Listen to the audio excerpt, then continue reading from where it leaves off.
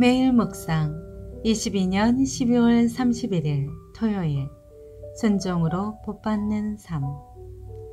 예레미야 9장 10절에서 16절 말씀.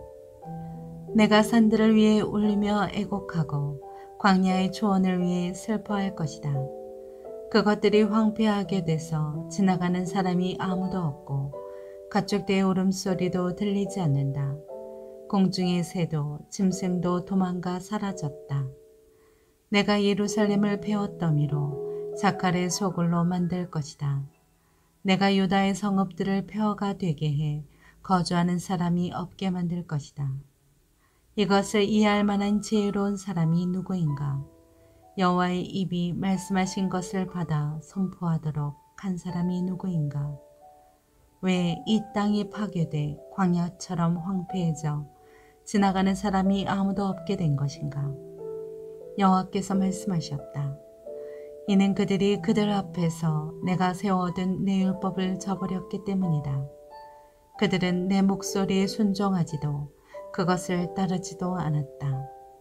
대신에 그들은 자기들의 마음의 완고함을 따르고 자기 조상들이 그들에게 가르친 대로 바알을 따랐다. 그러므로 이스라엘의 하나님 만군의 여호와께서 이렇게 말씀하셨다. 보라, 내가 이 백성들에게 쓴 음식을 먹이고 독 있는 물을 마시게 할 것이다. 내가 또 그들을 자기들이나 자기 조상들이 알지 못한 민족들 가운데 흩어버릴 것이고 내가 그들에게 칼을 보내 그들을 다 없앨 것이다. 아멘. 묵상 길잡이.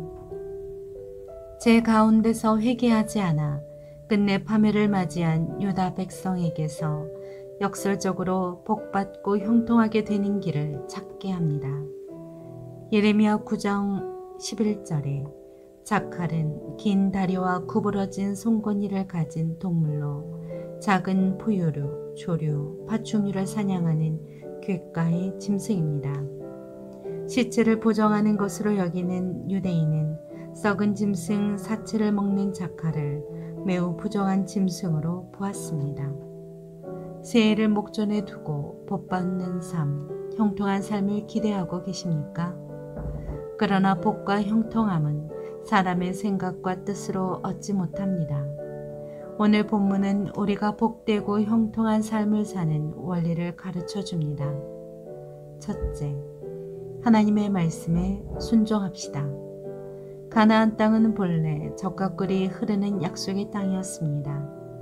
하지만 그 땅은 하나님의 심판으로 황폐하게 되었습니다. 이스라엘 민족이 하나님의 말씀에 불순종했기 때문입니다. 만약 그들이 순종했다면 자손 대대로 하나님이 주시는 풍요와 평화를 누리며 복된 삶을 살았을 것입니다. 둘째, 하나님 편에 섭시다. 약속의 땅에 살아가면서도 이스라엘 민족은 하나님의 약속을 배반했습니다. 그들은 하나님을 떠나버렸고 하나님의 음성에 귀를 닫았습니다. 그 대신 그들은 추악한 욕망을 따라 우상들을 섬겼습니다. 우리는 언제나 하나님의 약속 안에 거해야 합니다. 그래야만 진정한 만족과 행복을 얻습니다. 셋째, 진노를 두려워합시다. 하나님은 불순종하며 배반만 거듭하는 백성에게 진노하셨습니다. 그들은 쓰디쓴 쑥과 독화물을 받을 것입니다. 약속의 땅에서 고난과 고통을 먹을 것으로 삼아야 했습니다. 그러다가 바벨론 군대로 인해 쫓겨나 버리고 맙니다. 하나님을 경외하고 진노를 두려워하며 바른 길로 행하십시오. 지난 한 해를 돌아보며 미처 회개하지 못한 죄들이 없는지 하나님께 도움을 구하며 생각해 보십시오. 뒤늦게라도 하나님이 깨닫게 하시는 죄가 있다면 철저하게 회개하십시오. 그렇게 정해진 영혼의 상태로 복의 근원이신 하나님이 열어주시는 복된 새해를 맞이하시기 바랍니다. 삶의 적용. 하나님은 온 마음을 다해 먼 나라에 있는 자들이 그분께 돌아오기를 기다리십니다.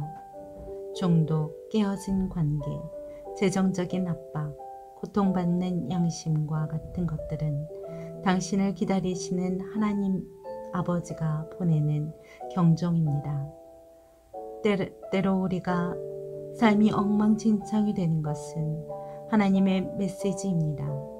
우리가 속한 곳으로 돌아오라고 부르시는 하나님의 음성인 것입니다. 하나님 앞에서 즐겨 행할 일과 멈추어야 할 일을 구분하며 사십시오. 기도합니다. 주님, 하나님의 말씀에 순종하여 2023년에 풍성한 복을 받게 하옵소서. 예수님의 이름으로 기도합니다. 아멘.